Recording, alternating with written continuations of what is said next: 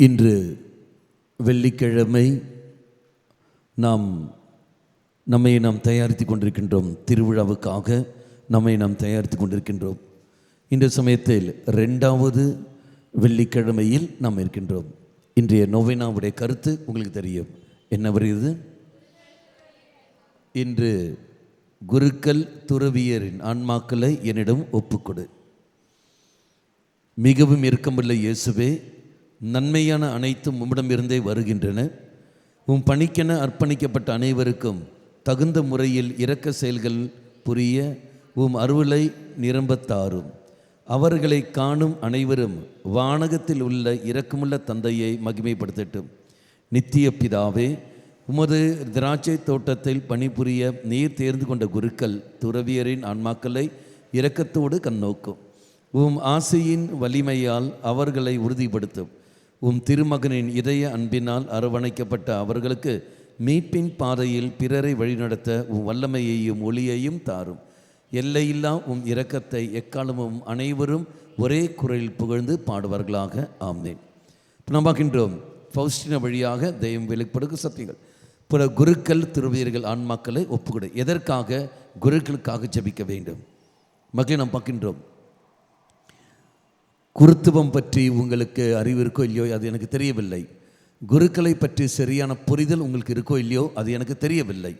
இருந்த போதிலும் குருக்கள் யார் என்பதையும் அவர்கள் எப்பேற்பட்டவர்கள் என்பதையும் லேசாக அனுபவத்திலிருந்து மீன்ஸ் குருக்கள் தெரியும் இல்லையா, அப்போ அதிலிருந்து ஒரு சில விஷயங்கள் பகிர்ந்து கொள்ள ஆசைப்படுகின்றேன். இறைமக்களாகிய நீங்கள் குருக்களுக்காக நீங்கள் ஜபிக்கவில்லை என்றால் அவருடைய வாழ்க்கை தடுமாறும். தெரியும் இல்லைன்னு தெரியவில்லை. உதாரணம், குடும்பத்தில் பெற்றோர்கள் பிள்ளைகளுக்காக ஜபிக்கவில்லை என்றால் அந்த பிள்ளைகளுடைய வாழ்க்கை என்ன ஆகும்? தாறுமாறாக போய்விடும். பிள்ளைகளுடைய வாழ்க்கை நன்றாக இருக்க வேண்டும் என்றால் மற்றவர்கள் ஜபிக்கிறார்கள் இல்லையோ, பெற்றோர்கள் நீ ஜபிக்க வேண்டும். அப்பன் மட்டும் ஜபிப்பதோ அம்மா மட்டும் ஜபிப்பதோ அல்ல. பெற்றோர்கள் கணவன் மனைவி 2 பேரும் சேர்ந்து, பெற்றோர்கள் 2 பேரும் சேர்ந்து ஜபிக்க வேண்டும். அடிஷ்னலாக கூட பிறந்தவர்கள் அவர்களும் கூட சேர்ந்து குடும்ப அங்கத்தினர்கள் அந்த குடும்பத்திற்காக, அந்த மகனுக்காக மகளுக்காக ஜபிக்க வேண்டும். இன்று பல குடும்பங்கள் தாறுமாறாக போக காரணம் என்ன? குடும்பத்தில் குடும்ப ஜெபம் இல்லை. எந்த குடும்பத்தில் குடும்ப ஜெபம் இல்லையோ அந்த குடும்பம் தரைமாட்டமாக போய்விடும். அப்பன் மட்டும் ஜெபிப்பதோ அம்மா மட்டும் ஜெபிப்பதோ பிள்ளைகள் மட்டும் ஜெபிப்பதோ அல்ல. குடும்பம் ஒன்றாக இணைந்து ஜெபிக்க வேண்டும். அந்த எந்த குடும்பம் ஒன்றாக இணைந்து ஜெபிக்கிறதோ அந்த குடும்பம் சந்தோஷம் இருக்கும். அதான் நம்ம எல்லோரும் தெரியும் இல்லையா, அருத்தந்தை பேட்ரிக் பெய்டன் அவர் சொன்ன வார்த்தை தான், family that prays together stay together. எந்த குடும்பம் ஒன்றாக ஜெபிக்கிறதோ கூடி ஜெபிக்கிறதோ அந்த குடும்பம் ஒன்றாக வாழும், கூடி வாழும். எந்த குடும்பம் ஒன்றாக ஜெபிக்கவில்லையோ அந்த குடும்பம் பிரிந்து போய்விடும். அதில் எந்த ஒரு நொண்டி சாக்கும் இல்லை, அதில் எந்த ஒரு எக்ஸப்ஷனும் இல்லை. எனக்கு டைம் இல்லை, நான் பிஸ்னஸில் இருக்கின்றேன், என் மனைவியை அனுப்பிவிடுகிறேன், என் கணவனை அனுப்புகிறேன், எனக்கு டைம் இல்லை, எந்த ஒரு நொண்டி சாக்கும் அதுக்கு இடமில்லை. நீ நிர்பந்தமாக ஜெபித்தே தீர வேண்டும். இதே மாதிரித்தான் பங்கு என்பது ஒரு குடும்பம். பங்கு என்பது ஒரு குடும்பம். அந்த குடும்பத்தில் அருத்தந்தை இருக்கின்றார். அப்படி என்றால் பங்கு தந்தை என்னவாக மாறுகின்றார்? குடும்ப அப்பனாக அம்மாவாக அவர் மாறுகின்றார். பங்கு மக்கள் பிள்ளைகளாக மாறுகிறார்கள். அப்படி என்றால் பங்கு மக்கள் பங்கு தந்தைக்காக கட்டாயமாக நீ ஜெபித்தே தீர வேண்டும். உனக்கு பிடிக்கிறதோ இல்லையோ ரெண்டாவது விஷயம், ஆனால் எந்த பங்கு மக்கள் தங்களுடைய பங்கு தந்தைக்காக ஜெபிக்காமல் இருக்கிறார்களோ அந்த பங்கில் பல பிரச்சனைகள், பல தடைகள் கடந்து வரும். அந்த அருத்தந்தையும் சரி பங்கு மகளும் சரி ஒரு நாளும் அமைதி அங்கே இருக்காது. என்ன காரணங்கள்? தெய்வம் உங்களை ஒரு நபரிடத்தில் ஒப்படைத்திருக்கின்றார். நான் வாசிக்கிறோம் இல்லையா, தொடக்கநூல் புஸ்தகத்தின் 4ஆம் அதிகாரம் 8 வாக்கியங்களில் அங்கே காயின் ஆபேலை கொன்று விடுகின்றான். அதன் பிறகு இறைவன் கேட்கிற கேள்வி, காயின் எங்கே இருக்கின்றாய்? எங்கே உன் சகோதரன் ஆபேல்? நீ என்ன செய்து கொண்டாய்? அப்போ அவன் சொல்கிற வார்த்தை நமக்கு எல்லோரும் தெரியும், நான் என் சகோதரனுக்கு காவலாளியா? நீ காவலாளித்தான், ஆனால் தான் நான் அவனை உன் கையில் கொடுத்தேன். நீ என்ன செய்தாய்? அவனுடைய இரத்தமானது கூக்கரில் இடுகின்றது. அப்போ ஒரு நபர் இரத்தமானது அங்கே பதில் கொடுக்க வேண்டும். இதே மாதிரித்தான் நம்ம பார்க்கின்றோம். கணவன் வழி தவறி போகிற சமயத்தில் மனைவியாக உன்னை தெய்வம் கேட்பார், அன்பு மனைவியை, எங்கே நான் உனக்கு தந்த கணவன்? அதே மாதிரி கணவனிடத்தில் இறைவன் கேட்பார், எங்கே உன்னுடைய மனைவி? நான் கொடுத்தது என்ன? இதோ பார், அவள் அப்படி இருக்கா பார், இப்படி இருக்கா பார், அவள் எப்படி இருந்தாலும் சரி, அவளை நான் உனக்கு துணையாக தந்திருக்கின்றேன். அவள் படித்தவளோ படிக்காதவளோ, அவள் அழகாக இருக்கிறாளோ அழகு இல்லையோ, என் நோயோடு இருக்கிறாளோ ஊனமாக இருக்கிறாளோ, எப்படி இருந்தாலும் சரி, ரெண்டாவது விஷயம். அதே மாதிரி கணவன் எப்படி இருந்தாலும் சரி, ரெண்டாவது விஷயம், பலிப்பிடத்தில் இருந்து அவனை அவளை நான் உனக்கு கணவனாக மனைவியாக தந்திருக்கிறேன் என்றால் நீ அதுக்கேற்றபடி நீ வாழ்ந்தே தீர வேண்டும்.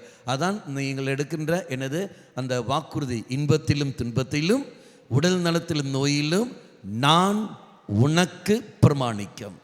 நான் உனக்கு பிரமாணிக்கம், அக்ரிமெண்ட் அல்ல, பிரமாணிக்கம் என்று சொல்லி என்னது பிரமாணிக்கம்? அப்படி என்னென்னு சொல்லுகிறோம்? பிரமாணிக்கம் ஒரு நாள் மீறப்படாது.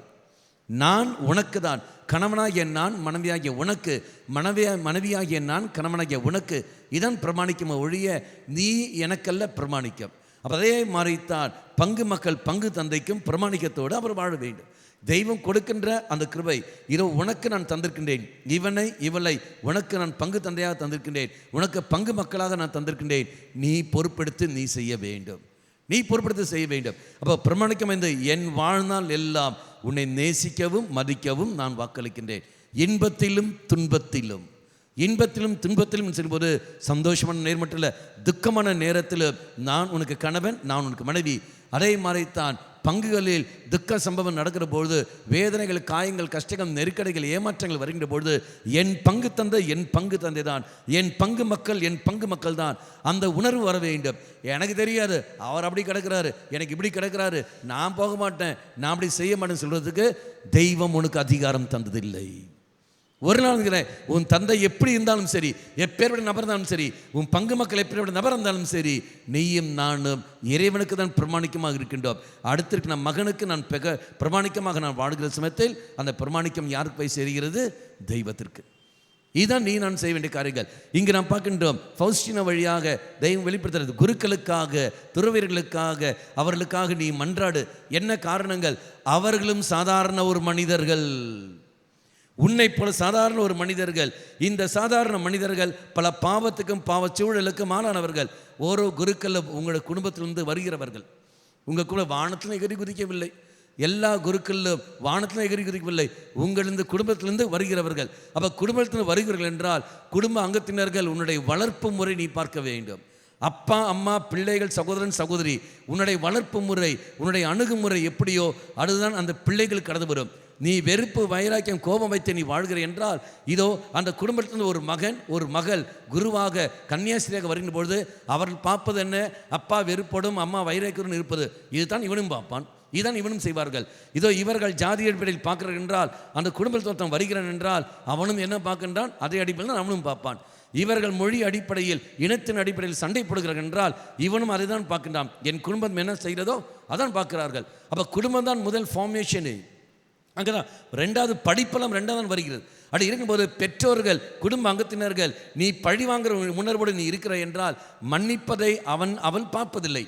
குடும்ப அங்கத்தினர்கள், அந்த குருவானவரோ அந்த கன்னியாஸ்திரியோ பெற்றோர்கள் மன்னிப்பதோ கூட பிறந்தவர்கள் மன்னிப்பதோ அவன் கவனிக்கவில்லை என்றால், அதை அவன் பார்க்கவில்லை என்றால், குடும்ப அங்கத்தினர்கள் அதை செய்யாமல் பழி வாங்குற உணர்வில் போகிறார்கள் என்றால், அல்லது அவர் குடித்தும் கும்மாளம் அடித்து கொண்டு வாழ்கிறார்கள் என்றால், இதோ அந்த குடும்பத்திலிருந்து ஒரு குருவானவர் ஒரு கன்னியாஸ்திரி வருகின்ற பொழுது அவருடைய மனதில் என்ன ஏற்படும்? இதுதான் ஏற்படும், இதான் ஏற்படும். அவர்கள் பலவீனத்தோடு இருக்கிறவர்கள், பல பாவச்சூழலுக்கு ஆளாக இருக்கிறவர்கள். அந்த பலவீனத்திலிருந்து தான் தெய்வம் அவனை அவளை தன்னுடைய பணிக்கு தேர்ந்தெடுக்கின்றார்.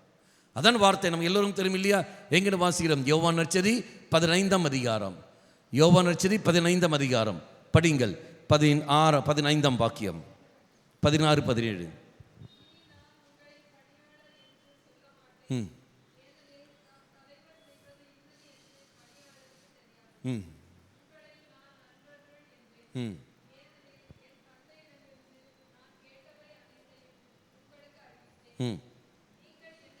நீங்கள் என்னை தேர்ந்து கொள்ளவில்லை, நான் தான் உங்களை தேர்ந்து கொண்டேன். அடுத்தது, நீங்கள் கனி தரவும் நீங்கள் தரும் கனியில் நிலைத்து நிற்கவும் உங்களிடம் தேர்ந்து. அப்போ நீங்கள் என்னை தேர்ந்து கொள்ளவில்லை, நான் தான் உங்களை தேர்ந்து கொண்டேன். அப்போ அந்த குருத்துவ பணி என்பது தெய்வம் தருவதான் ஒழிய நாங்களாக தேர்ந்தெடுப்பதல்ல. நீங்கள் உதாரணம் எடுத்துக்கொள்ளுங்கள். உதாரணம், ஒரு டாக்டராக இருக்க வேண்டும் என்றால் அவனுக்கு ஒரு தகுதி இருக்க வேண்டும். ஒரு டாக்டராக இருக்க வேண்டும், ஒரு போலீஸாக இருக்க வேண்டும் என்றால் அவனுக்கு ஒரு தகுதி இருக்க வேண்டும், ஒரு கம்ப்யூட்டர் இன்ஜினியர் இருக்க வேண்டும் தகுதி இருக்க வேண்டும், ஒரு வக்கீலாக இருக்க வேண்டும் என்றால் அவருக்கு ஒரு தகுதி இருக்க வேண்டும், எல்லா துறையிலும் ஒரு ஆசிரியராக இருக்க வேண்டும் என்றால் அவருக்கு ஒரு தகுதி இருக்க வேண்டும். இப்படி எல்லா துறையிலும் ஒரு தகுதி இருந்தால் மட்டுமே முடியும். அதே மாதிரி ஒரு நபர் குருவாக இருக்க வேண்டும் என்றால் அவனுக்கு ஒரு தகுதி இருக்க வேண்டும். என்ன தகுதி இருக்க வேண்டும்? தகுதி இன்மை. படிப்பல்ல, பணமல்ல, செல்வாக்கல்ல, தகுதியின்மை. இந்த குருத்துவ வாழ்க்கை இருப்பதற்கு இவனுக்கு தகுதி இருக்கக்கூடாது. இந்த புனிதமான ஆடையை அணிந்து கொள்வதற்கு இவனுக்கு தகுதி இருக்கக்கூடாது. இந்த ஸ்டோல் அணிந்து கொள்வதற்கு தகுதி இருக்கக்கூடாது. இந்த தகுதி இல்லாமல் இருப்பது தான் தெய்வம் தகுதியாக மாற்றிவிடுகின்றார். என்ன காரணம்? இந்த குருவானவர்கள் தகுதி இல்லாதவர்கள் யாரை நம்பி செயல்படுவார்கள்? தெய்வத்தை நம்பி செயல்படுவார்கள். பணத்தை நம்பி அல்ல, இறை நம்பி அல்ல. தெய்வ ஆண்டவரே எனக்கு நீதான், வேறு யாரும் இல்லை. ஆனால் தான் திருச்சபைக்குரிய ஓரோ மனிதர்கள், ஓரோ குருக்களும் குறைவு உள்ளவர்கள் அவர்களை இதா உன் கையில் நான் ஒப்படைக்கின்றேன். தேவன் சொல்ல, அவர்களை உன் கையில் ஒப்படைக்கின்றேன். நான் வாசிக்கிறோம் இல்லையா ஏசு ஜெபிப்பதை சீடர்களுக்காக. யோவான் நற்செய்தி 17ஆம் அதிகாரம், யோவான் நற்செய்தி 17ஆம் அதிகாரம் 9ஆம் வாக்கியம். அவர்களுக்காக நான் வேண்டுகின்றேன், நீர் என்னிடம் ஒப்படைத்த மக்களுக்காக நான் வேண்டுகின்றேன். அப்போ இயேசு பிதாவாய தெய்வம் சீடர்கள் யாரிடத்தில் ஒப்படைக்கிறார்? இயேசுவிடத்தில். அப்படி என்றால் நான் வேண்டுகிறேன் யாருக்காக? என்னிடம் ஒப்படைக்கப்பட்ட சீடர்களுக்காக. பங்கு மக்கள் பங்கு தந்தைக்காகவும், பங்கு தந்தை பங்கு மக்களுக்காகவும், மக்கள் இறை மக்கள் குருக்களுக்காகவும், குருக்கள் இறை மக்களுக்காகவும் ஜெபிக்க அவர்கள் கடமைப்பட்டு இருக்கின்றார்கள். இந்த ஜெபத்தில் ஏதாவது ஒரு துளை குறைவு ஏற்படுது என்றால் ஆட்டோமேட்டிக்காக அவளுடைய வாழ்க்கையில் பிரச்சனைகள் ஏற்படும். ஜெபம் இல்லாத ஒரு மனிதனுடைய வாழ்க்கையில் தான் பிரச்சனை வருது. ஜெபம் இருக்கிற மனிதரிடத்தில் பிரச்சனை இல்லை. அவர்கள் ஜெயித்து போயிட்டே இருப்பார்கள். ஜெபம் இல்லாத இறை மக்கள் தந்தையிடத்தில் பழகுற சமயத்தில், கண்ணியிடத்தில் பழகுற சமயத்தில் தவறான எண்ணக்கத்தோடு பழகுகிறார்கள். ஆட்டோமேட்டிக்காக போய்விடுகிறது. ஜெப வாழ்வு இல்லாத ஒரு தந்தை, ஒரு கண்ணி அவர்கள் இறை மக்களோட பழகுற சமயத்தில் இதை தவறான எண்ணங்கள் கடந்து வருகிற ஆட்டோமேட்டிக்காக வழி தவறி போய்கொண்டிருக்கிறார்கள். ஜெபம் இருக்கிறவர்கள் ஒரு நாளும் இந்த தவறி போக மாட்டார்கள். அப்போ ஜெபம் இல்லாத நீங்களே பாருங்கள், உங்கள் குடும்பத்தில் உன்னுடைய மகள் ஜெப வாழ்வில் அவன் இருக்கின்ற போது பெற்றோருக்கு கீழ்ப்படைந்து போவான், கூட பிறந்தவர்களை அனுசரித்து அதுக்கேற்றபடி வாழ்வான். ஜெப வாழ்வில் இல்லாதவன் என்ன செய்வான்? அருட்சாதன வாழ்க்கைக்கு எதிராக அவன் போவான், பெற்றோரை மதிக்க மாட்டான், சுயநலத்துக்கு மட்டுமே முக்கியத்துவம் கொடுத்துக்கொண்டு தான் நிச்சயாக அவன் போய்கொண்டு இருப்பான். அவனிடத்தில் ஜெப வாழ்க்கை இருக்காது. பெற்றோர்கள் வாடா கோயிலுன்னு சொல்வது, போமா அவன் வேலையை பார்த்து உள்ள காலத்தை முக்கியம் கொடுத்து போகிறவன் தான் ஒழிய ஒரு நாம் கிடையாது. ஜெபத்தில் இருக்கின்ற ஒரு மகன் ஒரு மகள் அதுக்கு ஏற்றபடி இதாக போவார்கள். ஜெபத்தில் இருக்கின்ற அப்பன் ஒரு நாளும் குடிக்க மாட்டான், ஒரு நாளும் சண்டை போட மாட்டான். பிள்ளைகளுடைய உணர்வுகளை புரிந்து கொண்டு அதற்கேற்றபடி அவன் போவான். ஜெபத்தில் இருக்கின்ற ஒரு தாய் ஒரு நாளும் தவறான இதுக்கு போக மாட்டார்கள். பிள்ளைகளை புரிந்து கொண்டு அதற்கேற்றபடி போவார்கள். ஜெபத்தில் இல்லாத ஒரு தந்தை, ஜெபத்தில் இல்லாத ஒரு தாய் ஆனவள் தாறுமாறாக வாழ்வார்கள். ஏனோ தானும் போய் கொண்டிருப்பார்கள். கிறிஸ்மஸ்க்கு மட்டும் ஈஸ்டருக்கு மட்டும் கோயிலுக்கு வருவார்கள், பணத்தை வாரி கொடுப்பார்கள். என்ன விசுவாச வாழ்க்கை உண்டு? ஒரு விசுவாச வாழ்க்கை இல்லை. அது பிள்ளைகள் பார்க்கிறார்கள், அப்பனே இப்படி இருக்கிறார் என்றால் அவனும் அதே மாதிரி கடந்து வருவான். பேருக்கு மட்டும் ரெஜிஸ்ட்ரேஷன் என்னவென்று, நான் ஒரு கத்தோலிக்கன், எனக்கு புதுநன்மை கொடுங்கள், ஞானஸ்தானம் கொடுங்கள், பேருக்கு மட்டும் வருவார்கள். கல்யாண சமயத்தை மட்டும் இந்த அட்டையும் எடுத்துக்கொண்டு வருவார்கள், குடும்ப அட்டையை எடுத்துக்கொண்டு வருவார்கள். பங்கு தந்தை அப்போதான் பார்ப்பார், யாரையா நீ கேட்கும்போது, நான் இந்த பங்கில் இருக்கின்றவன், கோயிலுக்கே வருவதில்லை, என்னால் வர முடியாது father, I am so busy father, என்னால் வர முடியாது ஃபாதர். அப்பேற்பட்ட மகன், அப்பேற்பட்ட குடும்பத்திலிருந்து ஒரு மகனையோ ஒரு மகளையோ வீட்டுக்கு நீ கணவனை, வீட்டுக்கு நீ மாப்பிள்ளையாக மருமகளாக ஏற்றுக்கொள்ள சமயத்தில் குடும்பம் விளங்குமா? எந்த அளவுக்கு இருக்கு? அப்ப ஜெப வாழ்க்கை இல்லை என்றால் எவ்வாறு குடும்பம் தாரி போகிறதோ அதே மாதிரி ஜெப வாழ்க்கை இல்லை என்றால் குருத்துவமும் நீண்டு போய்விடும். இதா வார்த்தை தெளிவாக கூறியது. ஃபவுஸ்டினிடத்தில் குருக்களுக்காக மன்றாடு, அவருடைய ஆன்மாவுக்காக மன்றாடு. நீங்கள் பாருங்கள், பழைய ஏற்பாட்டு புதிய ஏற்பாடு பாருங்கள், குருக்கள் தெய்வம் தேர்ந்தெடுத்த எல்லா மனிதர்கள், இறைவன் தேர்ந்தெடுத்த எல்லாம் பர்ஃபெக்ட்னு சொல்ல முடியாது. அந்த பர்ஃபெக்ட்னா சொல்லுவீர்கள், எல்லாம் ஒரு நிறைவு எல்லாம் முழுமை நிறைவு அல்ல. யாரும் பர்ஃபெக்ட் அல்ல. எல்லோரும் பாதிப்புகள் உள்ளாகினவர்கள். பொய் சொல்கிறவர்கள், பைசாவை நம்பி இருக்கிறவர்கள், இச்சைக்குரியவர்கள், பல பாவத்தில் இருக்கிறவர்கள் எல்லோரும் தெய்வம் அப்பேற்பட்ட மகனை தான் தேர்ந்தெடுக்கின்றார். அப்ரஹாத்தை எடுத்துக்கொள்ளுங்கள். இந்த அப்ரஹாத்தை எடுத்து சொல்ற சமயத்தை அவன் பாருங்கள், நல்ல ஒரு புனிதனா, அப்ரஹாம் வாழ்க்கை புனிதனா இல்லையே, ஆரம்பத்திலேயே அடி வாங்குகிறார். எங்கே நான் வாசிக்கிறோம் இல்லையா, தொடக்குதல் புஸ்தகம் 12ஆம் அதிகாரம், தொடக்குதல் புஸ்தகம் 12ஆம் அதிகாரம் படிங்கள் 10 முதல் திருவாக்கியங்கள்.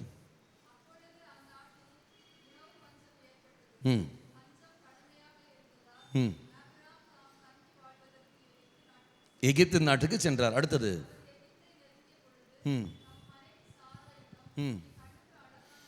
பார்த்தீங்களா, அப்ரஹாம் சாராயிடம் சொல்ற வார்த்தை, நீ கண்ணுக்கு அழகாக இருக்கிற காரணத்தினால். அடுத்தது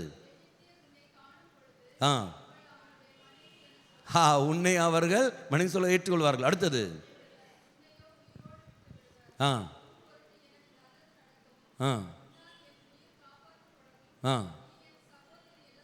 நீ பார்த்தீங்களா, அப்ரஹாம் சொல்ல வார்த்தை என்ன, எடி நீ பார்க்கறதுக்கு கண்ணுக்கு அழகாக இருக்கின்றாய். அவங்க என்ன சொன்னா, என்னை கொன்று விட்டுடு, உன்னை சொந்தமாக்கி விடுவான், அதனால நீ என்ன செய்கின்றாய், சகோதரி நீ சொல்லிவிடு, அப்போ நானும் காப்பாற்றப்படுவேன், நீயும் உன்னையும் ஏன் செய்ய மாட்டார்கள்.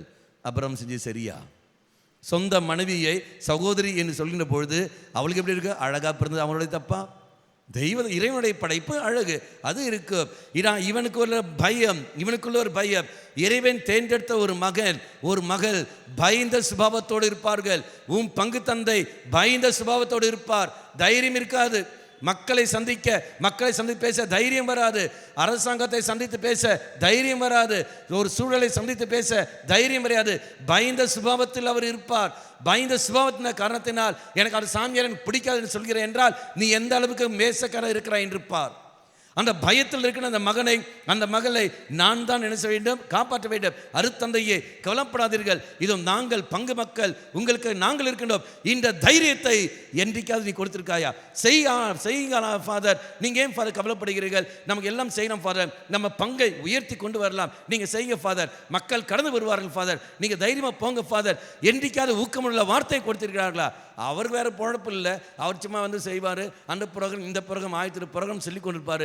எங்களுக்கு ஒரு வேலை இல்லை, நாங்கள் வேலைக்கு போக வேண்டும், நாங்கள் இப்படி போக வேண்டும். இந்த மனநிலையோடு இருக்கிற சமயத்தில் பயந்த சுபாவத்திலிருந்து அவனை விடுவிக்க யார் முடியும்? தெய்வம் அந்த குருவானவரை உன் கையில் தானே ஒப்படைத்தார். பயந்த சுபாவத்தை உன் கையில் ஒப்படைத்த பொழுது நீ அவருக்கு என்ன காரியம் செய்திருக்கின்றாய்? அவர் பொய் சொல்கின்றார்.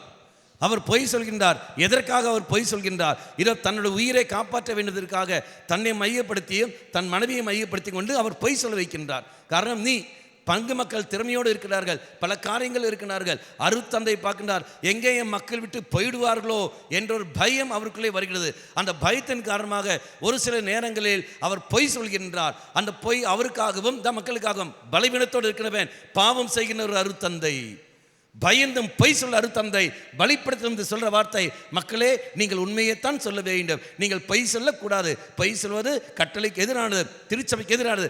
அதே வார்த்தையை சொல்லிக்கொண்டு அவரே பொய் சொல்கின்றார். நீ சொல்ற வார்த்தை என்ன? நீ ஒழுங்கா என்று. தெய்வம் ஒரு நாள் கேட்டதில்லை, அவனை கேட்டதில்லை. அந்த அருத்தந்தை பலவீனத்தோடு இருக்கின்றவர், பாவம் செய்கின்றவர், பொய் சொன்னவர், இதா பயந்து வாழ்ந்தவர். இறைவன் அவனைத்தான் தேர்ந்தெடுத்தார், உன்னை அல்ல.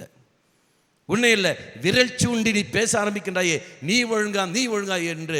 சாதாரண நம்முடைய மறைக்கல்வியில் நம்ம சொல்லிக் கொடுத்திருக்கிற மறை ஆசிரியர்கள் என்னவென்று, ஒரு நபரை நீ சுட்டி காட்டுகின்ற பொழுது 3 விரல் எங்க நமக்கு, 1 விரல் எங்க தெய்வத்திற்கு, 1 விரல் எங்க தெய்வத்துக்கு, 3 விரல் எங்க நமக்கு. மக்களே, எந்த அளவுக்கு! அதனால்தான் வார்த்தை நமக்கு எல்லோருக்கும் தெரியுமே. மத்தேயு நற்செய்தி 5ஆம் அதிகாரத்தில் படிங்கள் 22, 23. மத்தேயு நற்செய்தி 5ஆம் அதிகாரம் 22, 23. யாராவது ஒருத்தர் விட்டு கொட்டு படிங்கள்.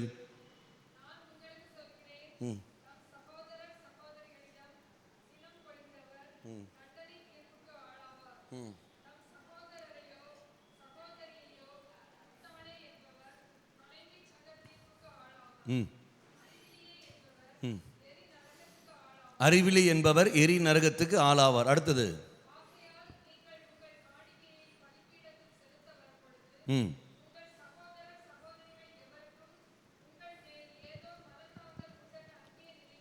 ம் ம் ஆ ஆ அப்போ காணிக்கையை செலுத்த வருகின்ற பொழுது முதல் நல்லவரை ஏற்படுத்திக்கொள். உன்னவர்களை சுண்டி காக்காது. நீ இசை தவறு, அடுத்தவனை வார்த்தையால் நீ காயப்படுத்தாதே. முட்டாளே, நீ புத்தி இருக்கா, இப்படி என்ன எது பேசாதே. பலவீனத்தோடு இருக்கின்றவனை ஒரு நாளும் நீ காயப்படுத்தாதே. அப்போ வார்த்தை தெளிவாக உனக்கு அங்கே வருகிறது. அப்போ நீயும் நானும் சொல்ல வேண்டிய, புரிந்து கொள்ள வேண்டிய ஒரு விஷயம் இது ஒன்று தான். ஆண்டவரே, இதோ நான் பலவீனத்தோடு இருக்கின்றேன், கணவன் நான் பலவீனத்தோடு இருக்கின்றேன். என்னுடைய பலவீனத்தை புரிந்து கொண்டு என் மனைவி எப்படி செயல்படுகின்றார், அதே மாதிரி நானும் என் பங்கில் இருக்கின்ற பங்கு தந்தையுடைய பலவீனங்களை புரிந்து கொண்டு நான் செய்ய வேண்டும். நீங்களே பாருங்கள், கணவன் குடித்து கொண்டு வருகின்றான், மனைவி அமைதியாக இருக்கின்றாள். அப்படி என்றால் மனைவி கணவன் செய்த பாவத்துக்கெல்லாம் மனைவி துணை போகின்ற அர்த்தமா? இல்லை, ஒரு நாளும் இல்லை. கணவன் காக்கூன்னு கத்தி கொண்டிருக்கின்றார், மனைவி அமைதியாக இருக்கின்றார். என்ன காரணங்கள்? திருப்பி பேச முடியாத அர்த்தம் இல்லை. சரி, பரவாயில்லை, புரிந்து கொண்டு அனுசரித்து மறுபடியும் அந்த கணவனை அவள் அன்பு செய்து கொண்டிருக்கின்றார். இதன் பார்க்கலாம். அதன் குடும்பம் அல்லது நடுத்தரில் வீட்டு கொண்டு நீ எல்லாம் ஒரு கணவன் ஐயா போடா என்று சொல்வதல்ல. புரிந்து கொண்டு செயல்படுகின்றார். மனைவி காப்புன்னு கத்தி கொண்டிருக்கின்றார், கணவன் ஓங்கி அடிக்க முடியாது என்பதல்ல. அவர் சரி, பரவாயில்லை, அமைதியாக அவர் இருக்கின்றார். என் கணவன் மனைவியை பார்த்து பயந்துட்டாரா? அல்ல, புரிந்து கொண்டு அனுசரித்து போகிற வாழ்க்கை. அல்லது போடி வீட்டை விட்டு வெளியே சொல்லிக்கிற பொழுது புத்தி இருக்கு அவர்களுக்கு, புத்தி இருக்கு அவர்களுக்கு. இறை மறைத்தான் மக்களே, பங்கு தளத்திலும் நடக்கிற காரியங்கள், இறை மக்கள் சமூகத்தில் விசுவாசிகள் நடக்கிற காரியங்களில் அங்கு அருத்தந்தை தவறு செய்கிறார்கள். தவறு செய்கிற சமயத்தில் நடு தெருவில் இழுத்தடி போட்டு அடிக்கின்ற சமயத்தில் யாருக்கு அசிங்கம்? படுத்து எச்சை துப்பினால் யார் மேலே வந்து நிற்கும்? நம்ம மேலே தான் வந்து நிற்கும். நம்ம தான் குடும்பத்திலேயே புரிந்து கொண்டு வாழ்கிறவனுக்கு மட்டும்தான் இங்கேயும் புரிந்து கொண்டு வாழ முடியும். தெய்வம் பார்க்கின்றார், நான் இப்பேற்பட்ட ஒரு மகனைத்தான் தேர்ந்தெடுத்திருக்கின்றேன். பயந்த சுபாவத்தோடு இருக்கின்றவன், பொய் சொல்லி வாழ்கின்றவன், இவனைத்தான் நான் தேர்ந்தெடுக்கின்றேன். அவனுக்கு எதிராக நீ போக ஆரம்பித்தாயே. இங்கே நடந்த சம்பவம் என்ன உங்களுக்கு தெரியும் இல்லையா? அங்கே அப்ராத்துடைய மனைவியை தங்கச்சின்னு சொல்லி அவன் போன பொழுது அந்த அபிமெலேக்கு அரசன் அவள் மேல் மோகம் கொள்கிற பொழுது தெய்வம் என்ன செய்கின்றார்? அவனை தண்டிப்பதை பார்க்கின்றோம். எங்கள் 20வது அதிகாரம் நினைக்கின்றேன், 20வது அதிகாரம்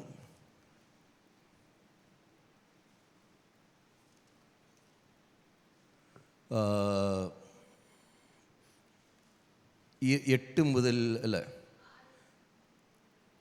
6 படிங்கள். கடவுள் கனவில் தோன்றி அவனை நோக்கி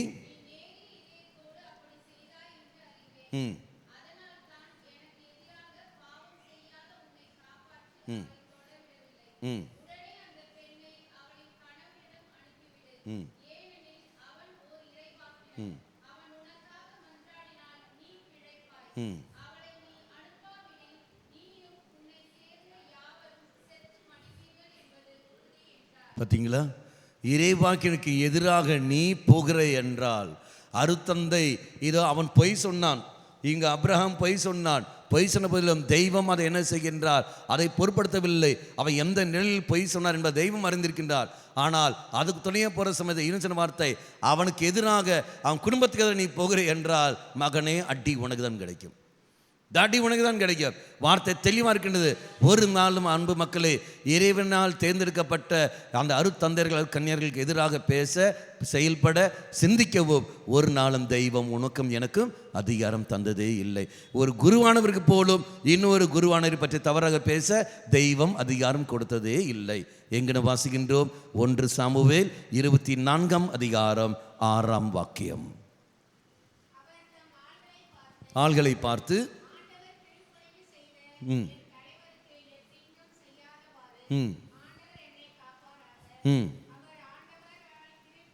அவர் ஆண்டவரால் திருப்பொழிவு செய்யப்பட்ட காரணத்தினால் நான் அவர் மேல் கை வைக்க எனக்கு உரிமை இல்லை. அப்ப தாவீது சொல்ற வார்த்தை, சவுல் தெய்வத்தால் தேர்ந்தெடுக்கப்பட்டவன், அந்த தெய்வத்தால் தேர்ந்தெடுக்கப்பட்டவன் மேல் கை வைக்க எனக்கு அங்க அதிகாரம் இல்லை. சொல்றது யாரு? இறைவனால் தேர்ந்தெடுக்கப்பட்ட தாவீது, இறைவனால் தேர்ந்தெடுக்கப்பட்ட தாவீது. அவர் அருத்தந்தை இன்னொரு அருத்தந்தை மேலே கை வைக்கவோ ஏற்று பேச தெய்வம் அதிகாரம் கொடுக்காத காரணத்தினால் எப்படி மக்களே நீயும் நானும் செய்ய முடியும்? ஒரு கணவனை பற்றி தவறாக பேச மனைவி உனக்கு தெய்வம் அதிகாரம் தந்ததில்லை. அதே மாதிரி மனைவி கணவனை பற்றி தவறாக பேச உனக்கு தெய்வம் அதிகாரம் தந்ததில்லை. பெற்றோர்கள் பிள்ளைகள் அந்த கணவனை பற்றி மனைவியை பற்றி பேச உனக்கு தெய்வம் அதிகாரம் தந்ததில்லை. அவர்கள் எப்படி வாழ்கிறார்கள் உனக்கு தெரியாது. ஆழ் மனதில் எப்படி இருக்கிறார்கள் என்பது உனக்கும் தெரியாது, எனக்கும் தெரியாது. தெய்வம் மட்டுமே தான் அறிந்து கொள்கிறார். அதனால் தான் வார்த்தை கூறுகிறது என்னவென்று, மத்தேயு நற்செய்தி 7ஆம் அதிகாரம் 1ஆம் வாக்கியம். மத்தேயு நற்செய்தி 7ஆம் அதிகாரம் 1ஆம் வாக்கியம். பிறர் குற்றவாளி என யாரையும் தீர்ப்பளிக்காது. அடுத்தது, அப்பொழுதுதான் நீங்களும் தீர்ப்புக்கு உள்ளாக மாட்டீர்கள். அடுத்தது, பார்த்தீங்கன்னா நீங்களுக்கும் தீர்ப்பையே நீங்கள். அப்போ பிறர் குற்றவாளி என யாரும் தீர்ப்பளிக்காதீர்கள். காரணம் என்ன? மண்ணில் என்னன்னு தெரியாது. டாஸ்மாக் கடையில் வேலை செய்யணும் அத்தனை பேரும் குடிகாரனாக இருக்க வேண்டிய அவசியம் கிடையாது.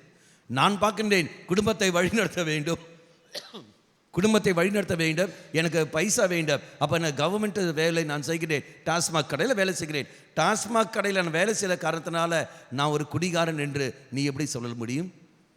ஒரு நாள் சரி சொல்கிறாங்களே, என்ன பனை மரத்தில் என்ன அடியில் என்ன பால் குடித்தாலும் கல் குடித்தா பாலக்கல்லா, பனை மரத்துக்கு அடியில் கல் குடித்தாலும் பால் தான் சொல்லுவார்கள். ஓ, மாறி போச்சோ? ஆமாம், பார்த்தியா? பால் குடித்தாலும் கல்லுன்னு சொல்லுவார்கள். தேவையே அது பண்ணுது. ஏன் உட்காந்து அங்கே போய் குடிக்கிறேன், தள்ளி உட்காந்து குடிக்க வேண்டியது தானே. அப்போ இதான் நீ நான் பார்க்க வேண்டிய சம்பவங்கள். அப்போ நம்முடைய வாழ்க்கை. நீ அடுத்த வார்த்தை அப்படியே படிங்கள். நீங்கள் எந்த அளவையால் அளக்கிறீர்களோ அதே அளவையால் மற்றவர்களுக்கும் அளக்கப்படும். அடுத்தது, உங்கள் கண்ணில் இருக்கும் மரக்கட்டையை பார்க்காமல் சகோதரியில் இருக்க துரும்பை எப்படி கவனிக்க முடியும்? எது பெருசு, மரக்கட்டையா துரும்பா? எது பெருசு? மரக்கட்டை தான். என் கண்ணில் மரக்கட்டை வச்சுட்டு உன் கண்ணில் தூசி என்ன பார்க்க முடியுமா? ஃபஸ்ட்டு இந்த மரக்கட்டையை எடுத்த உடனே தெரியும். அதனால் யாரையும் தீர்ப்பிடாது. இயேசு தீர்ப்பிட்டாரா? இல்லையே. நான் வாசிக்கிறோம் இல்லையா, நான் உலகத்திற்கு தீர்ப்பளிக்க வரவில்லை, மாறாக எதற்கு வந்தேன்? மீட்கவே வந்தேன். யோவான் நற்செய்தி 12ஆம் அதிகாரம் 44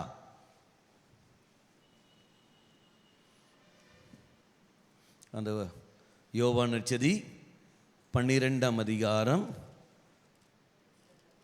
44,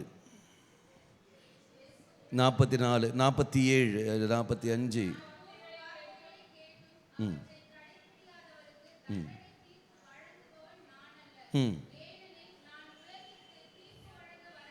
மாறாக அதை மீட்கவே நான் வந்தேன். உலகிற்கு தீர்ப்பளிக்கல்ல, மாறாக மீட்க வந்தேன். அப்படி என்றால் தெய்வம் தீர்ப்பளிக்க வரவில்லை, மீட்கதான் வந்தார்.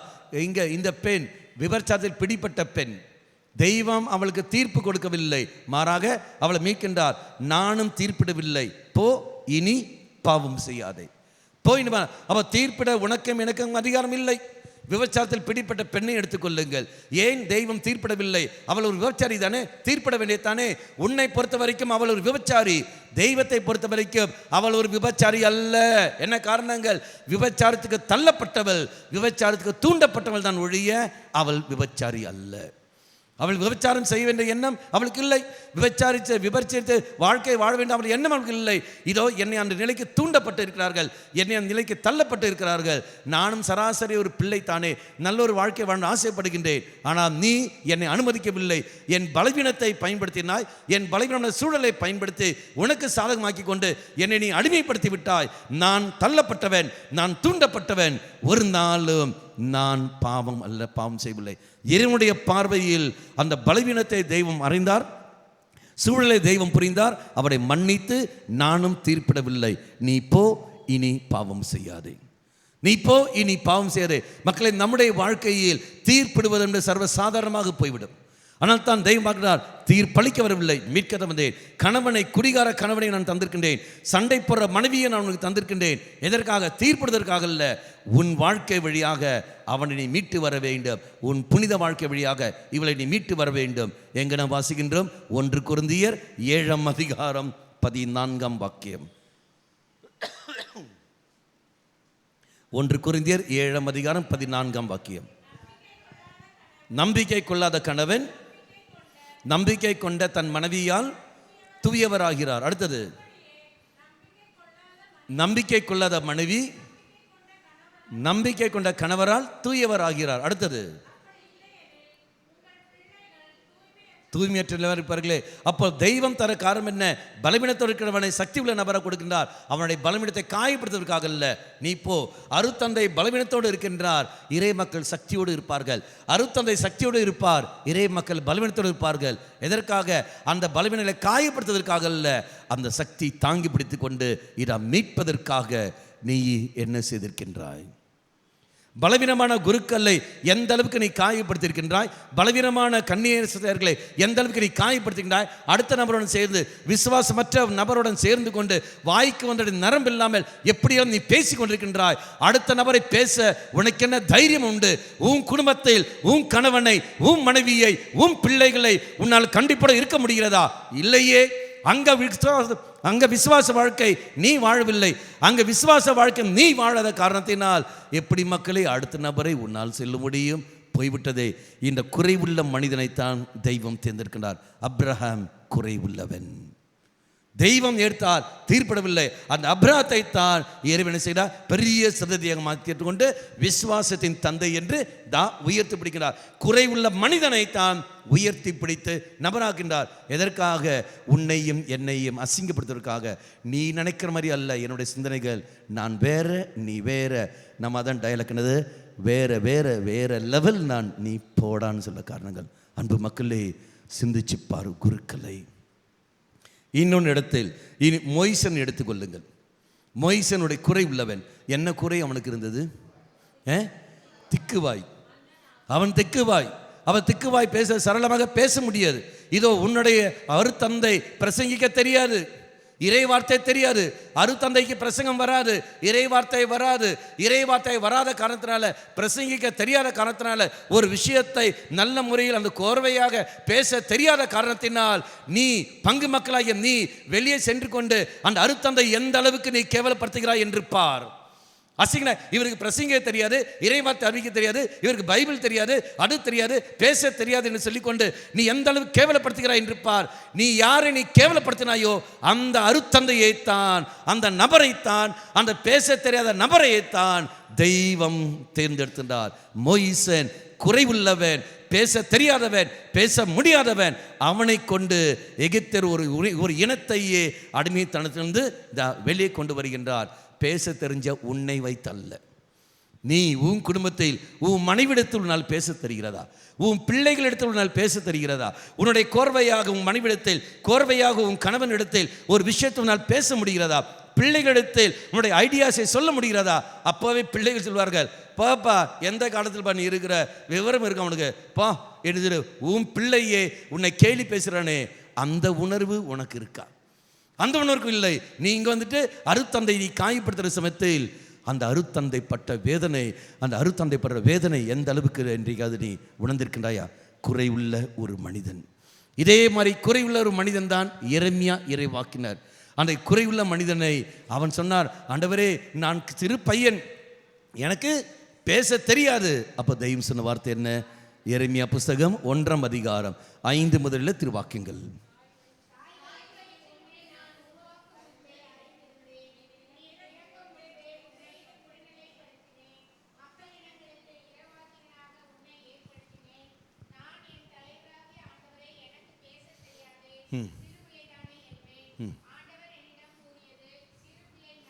சிறு பிள்ளை நான் என்று நீ சொல்லாதே. அடுத்தது, யாரிடமெல்லாம் உன்னை நான் அனுப்புகின்றேனோ அவரிடம் நீ செல். அப்போ சிறு பிள்ளை என்று நீ சொல்லாதே. அப்போ நான் சிறு பிள்ளை தன்னுடைய தவறுகளை ஒப்புக்கொள்கிறான், தன்னுடைய நிலையை அவன் எடுத்து சொல்கின்றான். ஆண்டவரே நான் பலவீனமானவன், எனக்கு பேச தெரியாது, எனக்கு பிரசங்கிக்க தெரியாது, எனக்கு என்ன செய்யணும் தெரியாது. தெய்வம் அவனை ஒதுக்கிவிடவில்லை, அவனை ஒதுக்கிவிடவில்லை. நீ சிறுவன்னு சொல்லாத, இருமல் வருதுன்னு சொல்லிக்கொண்டு நீ ஒதுங்கி போயிடாத. நடுவில் தண்ணி குடி, பிரச்சனை கிடையாது. நீ பிரசங்கிக்க தெரியாது என்று நீ சொல்லாதே, இறை வார்த்தை அறிவிக்க தெரியாது என்று நீ சொல்லாதே. யாரிடம் அனுப்புகின்றேனோ அங்கே நீ போ, யாரிடத்தில் செல்கின்றனோ அங்கு நீ செய். நீ சொல்கின்றாயே உன் பங்கு தந்தை, உன் அருத்தந்தை எங்களுக்கு 5 நிமிஷம் தான் அவர் பேச முடியும், அவரால் அரை மணி நேரம் தான் பேச முடியும், அவருக்கு பிரசங்கிக்க தெரியாது என்று ஊமழில் அந்த அருத்தந்தையை கொண்டு தெய்வம் வேறு ஒரு துறையில் உயர்த்தி பிடித்திருப்பார். உனக்கு தெரியுமா? அது உனக்கு தெரியாது, பேச தெரியாத நீ சொன்ன நீ இறை வார்த்தை அதே அருத்தந்தை இறை வார்த்தை அறிவிப்பதற்காக வேறொரு பங்குக்கு போவார், திருவிழா மாசுக்கு அங்கே போவார், அல்லது வேறொரு பண்டிகை நாள் போகிற சமயத்தில் அங்கு அவர் அதே 5 நிமிஷம் இறை வார்த்தை அறிவிப்பார். மக்கள் பார்ப்பார்கள், ஃபாதர் நல்ல அபிஷேகமாக இருக்குது ஃபாதர், சக்தியுள்ள உள்ளது ஃபாதர் என்று சொல்வார்கள். உன்னால் அது உணர முடியாது. காரணம் என்ன? நீ குறைகளை கண்டுபிடித்தாய், அவர்கள் நன்மைகளை மட்டுமே பார்த்தார்கள். தெய்வம் சொல்வார், நீ போடா, அந்த மக்களிடத்தில் போ, இந்த மக்களிடத்தில் போ, இவனிடத்தில் போ, இவர்களுக்கு நான் வேற ஒருத்தனை அனுப்புகின்றேன், நீ அங்கே போ. அப்போ உங்களுக்கு வரவர் எப்படி இருப்பார்? வந்து நிற்கின்றவர் வருவார். எப்படி தெரியுமா? உங்களெல்லாம் சாதாரண ஆள் வரக்கூடாது, வேட்டக்காரன் வேட்டக்காரன் வந்து நிற்கணும். அது மாதிரி வேட்டக்காரன் மாதிரி ஒரு சில குருக்கள் உங்களுக்கு வருவார்கள். அப்போ நீங்கள் ஆடி போவீர்கள். ஐயோ, இது என்ன இந்த ஃபாதர் இப்படி இருக்கிறது, இப்படி ஃபாதர் இருக்கிறது, அதே பெஸ்ட்டு அதே பெஸ்ட்டுன்னு வாங்கிக்கிட்டது யார்? நீ அதே மற்ற அர்த்தம் அங்கே போகிற சமயத்தில் ஐயோ என்ன அழகாக இருக்கிறார் பார், எப்படி அழகாக செயல்படுறார் பார், எப்படி அழகாக அமைதியாக பேசுகிறப்பார், தான் அங்கே போவார்கள். மக்களே, நீ தான் வித்தியாசம் பார்த்தாய் ஒழிய தெய்வம் ஒரு நாளும் வித்தியாசம் பார்த்ததில்லை. குருக்களுக்காக ஜெபியுங்கள், குருக்களுக்காக ஜெபியுங்கள், குறைகளை சொல்லாதீர்கள். அவர்கள் வேதனை குறைவுள்ளவர்கள். அடுத்த வார்த்தை அப்படியே படியுங்கள், அந்த எரேமியா புத்தகம் அப்படியே தொடர்ந்து படியுங்கள்.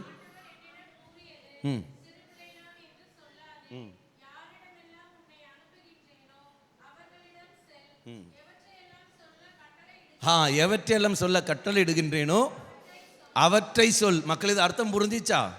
உங்களுக்கு தெரியாது. அருத்தந்தர்கள் ஞாயிற்றுக்கிழமை பிரசங்கத்துக்கு தயார்படுத்துவார்கள். 1 வாரம் 10 நாள் அல்ல 1 மாதம். அடுத்த ஞாயிற்றுக்கிழமை வருகிறது, நான் செயற்படுத்த வேண்டுமே, அடுத்த தியானம் வருகிறது, இது வேண்டுமே. அப்போ தயாரிப்போடு வருவார்கள். தயார்ப்போடு வந்து இங்கே வந்து நிற்பார்கள். நற்செய்தி வாசகம் முடிச்சுட்டு மக்களை பார்த்து ஹல்லேலூயா பிரைஸ் லார்ட் என்று சொல்லி ஆரம்பிக்கின்ற சமயத்தில் அவர் என்ன தயார் பண்ணாரோ ஒன்றுமே அங்கே வராது, ஒன்றுமே வராது. அதை விட்டு வேற ஏதோ வந்து நிற்கும். டப்பே டப்பே டப்பே டப்பே டப்பேன்னு வந்து நிற்கும். யாருக்கு போய் சேர வேண்டுமோ அவர்களுக்கு போய் டப்புன்னு போய் சேரும். அடிக்கிற அடி அவர் எழமாட்டார். காரணம், நீயும் நானும் யாருடைய பிள்ளைகள்? ஆண்டவருடைய பிள்ளைகள். இறைவனுக்கு தெரியும் எந்தெந்த மகன் எந்தெந்த மகள் எந்த சூழல் இருக்கிறார்கள், அவர்களுக்கு எந்தெந்த சூழல் என்ன கொடுக்க வேண்டும் என்று. அதனால போ, நான் என்ன சொல்கிறேனோ அது மட்டும் நீ சொல்லு, நான் என்ன ப்ரிப்பேர் பண்ணுறேனோ அது அங்கே வரவே வர. இது எல்லா அருத்தந்தர் எக்ஸப்ஷனே கிடையாது. எல்லா அருத்தந்தர்களுக்கும் இந்த நொடி வரைக்கும் கிடைக்கின்ற ஒரு அனுபவம், இப்போவும் கிடைத்து கொண்டிருக்கின்ற அனுபவம். ப்ரிப்பேர் பண்ணது ஒன்று, வர்றது ஒன்று. தேவையே அது, சும்மா ஒன்றும் இல்லை. அப்போ எந்த அளவுக்கு இருக்குன்னு பாருங்கள், எந்த அளவுக்குன்னு பாருங்கள். என்ன காரணம்? இதனுடைய அடங்கல். அடுத்த வார்த்தை படி. பார்த்தீங்களா? அவர்கள் முன் அஞ்சாதே. அவர்கள் எவர்கள்? மக்கள் முன் அஞ்சாதே, உங்க முன்னாடி அஞ்சாதே. அடுத்த வார்த்தை, ஏனெனில் உன்னை விடுவிக்க நான் உன்னோடு இருப்பேன். அப்ப மக்கள் முன் அஞ்சாதே, இதோ உன்னை விடுவிக்க நான் உன்னோடு இருப்பேன். மக்கள் இது புரிந்து கொள்ள வேண்டும் என்றால், மக்கள் பார்ப்பார்கள், சாமி எப்படி அப்படி பேசலாம், எப்படி இது பேசலாம், அப்படி சொல்லலாம். மக்கள் கூட்டம் எதிராக வந்து நிற்கிற பொழுது இந்த அருத்தந்தர்கள் பயந்த சுபாவம், பயந்து அருத்தந்தைகள் ஓடி போவார்கள். எங்கே ஓடி போகிறான்னு தெரியுமா உங்களுக்கு? ஆண்டவர் பைபிளில் உதாரணம் உண்டா? எழுதுபடி எண்ணிக்கை புஸ்தகம் 16ஆம் அதிகாரம் 41 முதல் திருவாக்கியங்கள்.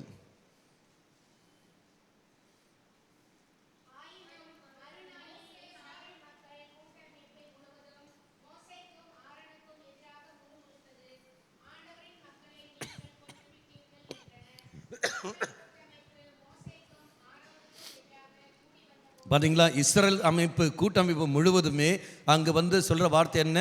இதோ நீங்கள் இறை மக்களை நீங்கள் கொன்று விட்டீர்கள். இறை மக்கள் யாரும் விசுவாசி, எங்களை நீங்கள் கொன்று விட்டீர்கள். ஆண்டவருடைய மக்களுக்கு எங்களுக்கு எதிராக நீங்கள் பேசினீர்கள், எங்களுக்கு எதிராக கொன்று விட்டீர்கள். அப்படி போகிற சமயத்தில் இஸ்ரேல் கூட்டம் அத்தனையும் எதிராக வருகிறது. வந்த உடனே ஆரோன் என்ன செய்கின்றார்? மோசே நேரம் ஓடி போகிறார். எங்கே? சந்திப்பு கூடாரத்தில். சந்திப்பு கூடாரம் நமக்கு எது? சந்திப்பு கூடாரம் நற்கருணை பேழை. நேரம் அங்கே போய் விழுகின்றார். அங்கே போய் விழுந்த உடனே அடுத்த வார்த்தை வருது பாருங்கள், படியுங்கள். மேகம் அதனை மூடுகிறது. அடுத்தது ஆண்டவருடைய மாட்சி தோன்றுகிறது. அடுத்தது வந்தார்கள். அடுத்தது ஆண்டவர் மோசேயிடம் சொன்னது, நான் இந்த மக்கள் கூட்டமைப்பை ஒரு நொடியில் எரித்து விடுகிறேன். என்ன தப்பு பண்ணார்கள் இந்த மக்கள் கூட்டம்? ஒரு சொல்லி அவர் என்ன சொன்னார்கள்? ஆண்டவரின் மக்களை நீ எங்களை காயப்படுத்தினீர்.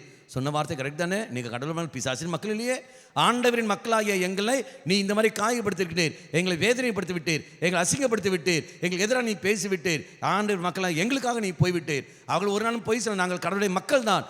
இருந்த போதிலும் அவர்கள் போனது யாருக்கு எதிராக? மோய்சனுக்கு எதிராக, இறைவனால் தேர்ந்தெடுக்கப்பட்ட மகனுக்கு எதிராக. வந்து தேவன் சொன்ன வார்த்தை, எடா தள்ளி நின்றாம் இந்த பக்கம், ஒரு நாள் பஸ்மமாக்கி விடுறேன் வாடந்த பக்கம் சொல்லு. அவன் வருகிற சமயத்தில் ஆண்டவரின் மனிதன் தூதன், ஆமா ஆண்டவரே போடு, ஆண்டவரே நெருப்பு போடு ஆண்டவரே சொன்னாரா? இல்லையே. அவர் உடனே ஆரோனை பார்த்து சொன்ன வார்த்தை என்ன? எடா ஆரோன், தெய்வத்துடைய கோபம் வந்து விட்டது, தூப கலசை எடுத்து கொண்டு போய் மக்கள் முனையில் ஓடி கொண்டு தூபம் காட்டு, இல்லை என்றால் இதோ அத்தனை பேரும் அழிந்துடுவார்கள். இதோ அவன் எடுத்து தூபம் கலசை எடுத்து போறதுக்குள்ளாகவே கொள்ளை நோய் வந்து விட்டது. பாதி பேர் டம் தான் போயாச்சு. அதன் பிறகு வார்த்தை கூறுகிறது என்று, ஆரோன் வாழ்வோருக்கும் மரித்தவருக்கும் நடுவே நின்று கொண்டிருக்கின்றார். ஒரு அருத்தந்தையர்கள் ஒரு பாலமாக இருக்கின்றார்கள், ஒரு பிரிட்ஜாக இருக்கின்றார்கள். கடவுளுக்கும் மனிதனுக்கும் ஒரு பிரிட்ஜாக இருக்கின்றார்கள், ஒரு சேனலாக இருக்கின்றார்கள். அந்த பிரிட்ஜை அடித்து நொறுக்காத தெய்வத்துடைய கிருபை அவர் வழியை தன் கடந்து வரும். அது இல்லை என்றால் ஒருத்தர் மொழிவது. அந்த குருவானவர், அந்த ஆரோன் தவறு செய்தான், அந்த குருவானவர் தவறு செய்தார்கள். எப்படி இருந்தாலும் சரி தெய்வம் அவர் பக்கம்தான் இருப்பார். மக்களே எதிர் போகக்கூடாது, ஜெபம் பண்ணு அருத்தந்தர்களுக்காக. அந்த வார்த்தையை ஃபுல்லாக படிங்கள், ஃபர்ஸ்ட்லேருந்து படிங்கள், 41 நிறுத்தி நிதானமாக படிங்கள்.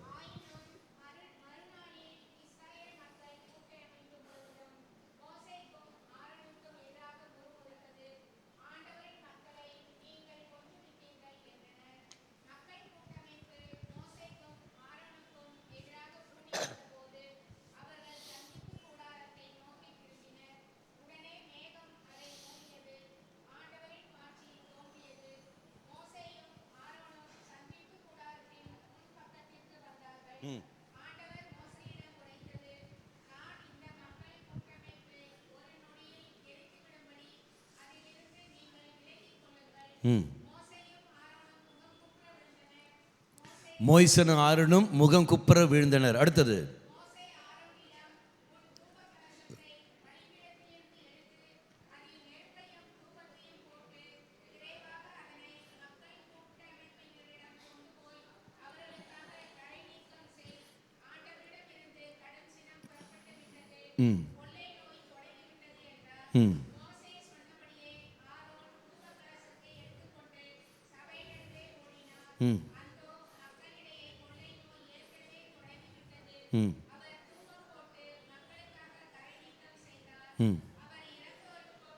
இருந்தோருக்கும் வாழ்வோருக்கும் இடையே நின்று கொண்டது. புரியுதுங்களா? அப்போ அருத்தந்தையர்கள், அதான் எரேமியால் வாசிக்கின்ற, சிறு பிள்ளை நீ சொல்லாதே, எவரிடத்தில் அனுப்புகிறேனோ அங்கு நீ போ, என்ன பேச சொல்கின்றோ அது நீ சொல்லு, அவர்களை கண்டு அஞ்சாதே, ஏனெனில் நான் உங்களோடு இருப்பேன். ஒவ்வொரு அருத்தந்தையர்களுக்கும் அருட்கண்ணைக்கும் தெய்வம் கொடுக்கிற ஒரு வாக்குறுதி, நான் உங்களோடு இருக்கின்றேன், அவன் உங்களோடு இருப்பார், இந்த குடும்பம் உங்களோடு இருக்கும், இந்த பங்கு உங்களோடு இருக்கும், நீ போ என்று சொல்லவில்லை, நான் உங்களோடு இருப்பேன். இதனுடைய வாக்குறுதி. அதனால்தான் ஒவ்வொரு அருத்தந்தையர்களும் தான் இங்கே போகிறார்கள், பலிபீடத்துக்கு போகிறார்கள். ஆனால் ஒரு சில பேர் பாவ வாழ்க்கை வாழ்கிறார்கள், இங்கு போகாமல் மனிதரை நம்பி போகிறார்கள். மனிதனை நம்பி போகிற சமயத்தில் பாவத்துக்கு விழுந்து விடுகிறார்கள், சோர்ந்து போய் விடுகிறார்கள். குருக்களுக்காக ஜெபம் செய், இதான் நீ செய்ய காரியங்கள். இதோ இங்க வர வேண்டும். பொய் சொல்கிறார்கள், பயந்து வாழ்கிறார்கள். அந்த பயந்து வாழ்கிறவர்கள் தைரியம் தேடி போகிறார்கள். யாரை? மனிதரை தேடி போகிறார்கள். மனித தெரிப்பவர்கள், இவன் என் பக்கத்தில் இருந்தால், இந்த குடும்பம் என் பக்கத்தில் இருந்தால், இந்த பங்கு இந்த குடும்பம் பக்கத்தில் இருந்தால் அவர்கள் எனக்கு பாதுகாப்பு கிடைக்கும் என்று சொல்லிக்கொண்டு அந்த பங்கில் இருக்கின்ற ஒரு சில குடும்பத்தை மட்டுமே, ஒரு சில மனிதர்கள் மட்டுமே நம்பி அவர் போகிறார்கள். அவர் போகிற பாதை பாவத்தின் பாதை. ஆனால் யாரை நம்பி போனார்களோ அதே மனிதர்கள் அருத்தந்தை என்ன செய்கிறார்கள்? காயப்படுத்துகிறார்கள், ஏமாற்றி விடுகிறார்கள். ஏமாற்றம் அடைந்த மனிதன் போய் தற்கொலை செய்ய போய் விடுகின்றான்.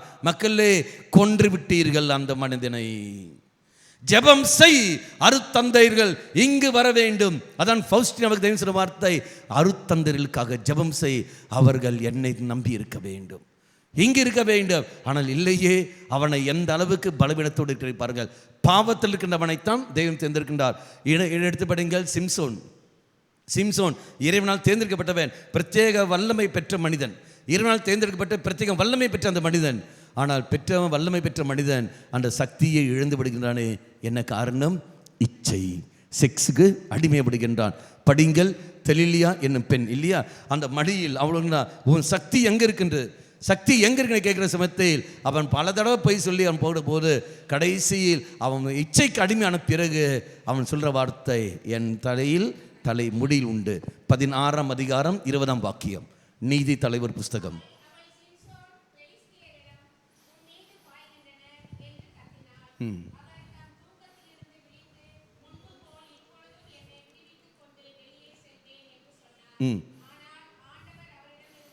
அகன்றதை சிம்சோன் உணர்ந்ததில்லை. தெய்வம் அவனை விட்டு போய்விட்டார். எப்போ அவன் இச்சைக்கு அடிமையானவனோ தெய்வம் விட்டு போய்விட்டார். போன உடனே அதை உணர்ந்ததில்லை. அருத்தந்தர்கள் இச்சைக்கு அடிமையாகி விடுகிறார்கள், இச்சைக்கு ஆளாக்கப்படுகிறார்கள். சிம்சோன் ஒரு இறைவாக்கினர் என்று அந்த பிள்ளைக்கு தெரியாதா? அந்த பிள்ளைக்கு தெரியாதா? சிம்சோன் ஒரு இறைவாக்கினர் தானே, அவனிடத்தில் நான் இப்படி பழகக்கூடாது. பிள்ளைக்கு தெரியாதா? பிள்ளைக்கு தெரியும். தெரிந்தே தான் அவள் அங்கு வருகின்றாள். தெரிந்தவனையோ வருகின்றார், சிம்சோனை காயப்படுத்துகின்றார், இச்சைக்கு தூண்டுகின்றார். அவனை இச்சைக்கு அடிமையான உடனே இதோ அவனுக்கு தெய்வம் அவனை விட்டு போய்விடுகின்றார்.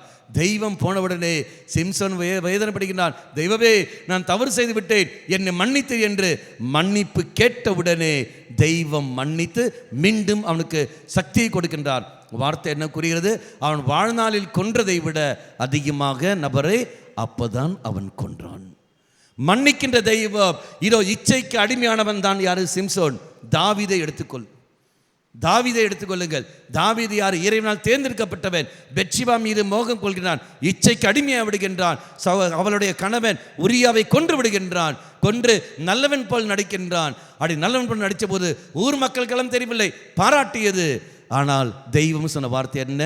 படிங்கள். 2 சாமுவேல் 11ஆம் அதிகாரம் 26ஆம் வாக்கியம்.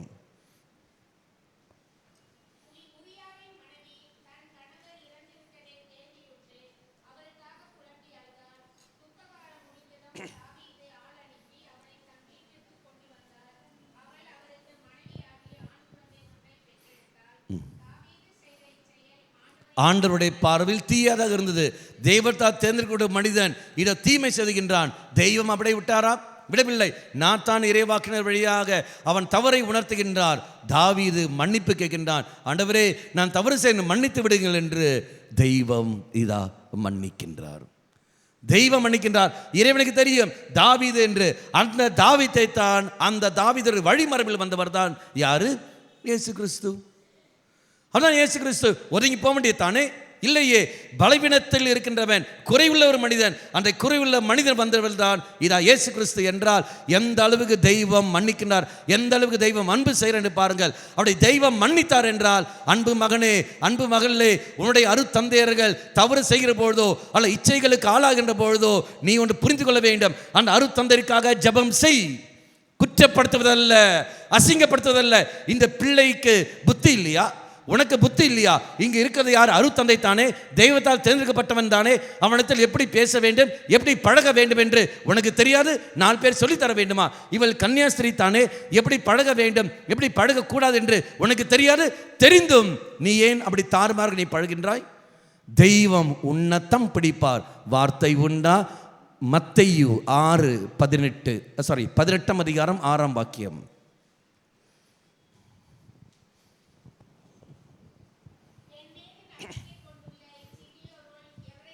என் மீது நம்பிக்கை கொண்ட இந்த சிறியோரில் எவரையாவது பாவத்தில் விழ செய்வருடைய கழுத்தில் இயந்திர கல்லை கட்டி தொங்க விட்டு, பார்த்தீங்களா? பாவம் செஞ்சவனுக்கு அல்ல, பாவம் செய்ய தூண்டியவனுக்கு. பாவம் செய்ய தூண்டியவனுக்கு. சிம்சோன் பாவம் செய்தான், அவனுக்கு மன்னிப்பு கிடைத்தது. பாவம் செய்ய தூண்டியது யாரு? தெலீலா தான் மரித்து விடுகின்றாள், தான் போய்விடுகிறார்கள். தினம் பார்க்கின்றோம். அப்போ நம்முடைய வாழ்க்கையில் இவன பங்கு தளத்துங்களில் இருக்கின்ற நபர்களை மன்னித்து அவர்களுக்காக ஜெபியுங்கள். உன் பிள்ளைகள் இச்சைக்கு அடிமையாகிறார்கள். காதல் என்ற பெயரில் உன் மகன் எத்தனை பிள்ளைகளை ஏமாற்றுகின்றான், உன்னுடைய மகள் எத்தனை ஆண்களை ஏமாற்றுகிறார்கள். அவன் திருமணத்துக்கு முன்னாடியே பல பெண்களுடன் உறவு வைக்கின்றான், பல ஆண்களுடன் உறவு வைத்து வாழ்கிறார்கள். பெற்றோர் நீ என்ன செய்கின்றாய்? காதோடு காதா வைத்துக்கொண்டு யாருக்கும் தெரியாமல் அவளை மன்னித்து வேறொருத்தருக்கு வேர்த்து கொடுத்து கொடுக்கிறாயே. உன் குடும்பத்தில் அதே தவறு நடக்கிற போது நீ மன்னிக்க முடியும். அதே தவறு உன் பங்கில் நடக்கிற சமயத்தில் உன்னால் மன்னித்து ஏற்றுக்கொள்ள முடியும் என்றால் எந்த லட்சத்தில் நீ இருக்கின்றாய்? அவனை எப்படி அந்த மகனுக்காக மகளுக்காக அருத்தந்தையே இதை நாங்கள் ஜெபிக்கிறோம் என்று சொல்லிக்கொண்டு அந்த மகனுக்காக மகளுக்காக எப்படி கண்ணீரோடு நீ ஜெபிக்கின்றாயோ, அதே மாதிரி உன்னுடைய பங்கில் அருத்தந்தைகள் தவறு செய்கிற போது ராத்திரி முழுமையாக அமர்ந்து கொண்டு கண்ணீர் ஒழுக்கி கொண்டு ஜெபம் செய்தாயா? இல்லையே, குற்றம் தானே நீ சொல்லி கொண்டிருந்தாய். மக்களே, தெய்வம் இந்த பாவியை தேர்ந்தெடுத்து கொண்டு உன் கையில் ஒப்படைத்தார். நீ உன் ஜெபம் வழியாக அவனை புனித வழிக்கு நீ கொண்டு வா. புனித வழிக்கு நீ கொண்டு வர வேண்டும். செய்யவில்லையே, மற்றவர்கள் ஊரையோட செய்து கொண்டு நீ பரிகசித்து கொண்டிருந்தாய். உன் பிள்ளைகள் உன் கணவன் வேறொரு பெண்ணுடன் உறவு வைத்து கொண்டிருக்கின்றானே, அப்போ நீ கண்ணீரோடு வந்து ஜெபிக்கின்றாயே. ஊர் ஃபுல்லாக டம்மர் அடித்து கொண்டு இருக்கின்றாய். ஜெபிக்கல்லவா நீ செய்து கொண்டிருந்தாய். அதே மாதிரி நீ ஏன் ஜெபத்து வராமல் ஊர் ஃபுல்லாக டம்மர் அடித்து கொண்டிருக்கின்றாய்? என் பங்கு சாமியார் அப்படி, இவர் இப்படி, அவர் இப்படின்னு சொல்லும்போது அசிங்கம் யாருக்கு? நமக்குத்தானே அசிங்கம். நமக்கு தானே. தெய்வம் பலவீனத்தோடு இருக்கின்ற அந்த நபரைத்தான் தேர்ந்தெடுத்தார், உன்னை அல்ல. ஃபவுஸ்டின் சொன்ன வார்த்தை, இவர்களுக்காக ஜெபம் செய், இவர்களுக்காக நீ ஜெபம் செய். ராயப்பரை எடுத்துக்கொள். ராயப்பர் யாரு? முன்கோபக்காரன். என்ன வச்சு டப்புன்னு எடுத்து குதிக்கின்றவன். என்ன சொல்ல, வா ஆண்டவரே, ஆண்டவரே ஆண்டவரே சாகவனுக்கு அவன் கவலை இல்லையா? போன்கிறார். சீரியஸ்னஸ் புரிந்து கொள்ளாமல் எடுத்து போகிறவன். அந்த நபரைத்தான் தெய்வம் தேர்ந்தெடுத்து கொண்டு என்ன செய்கின்றார்? திருச்சபையின் முதல் தலைவராக மாற்றுகின்றார். குறைவுள்ள மனிதன் தான் வருகின்றார். ஜெபித்தியுடைய பிள்ளைகள் யாரு? மத்தேயு நற்செய்தி 20:20. யாக்கோபும் யோவானும். படியுங்கள். யாக்கோபும் யோவானும்.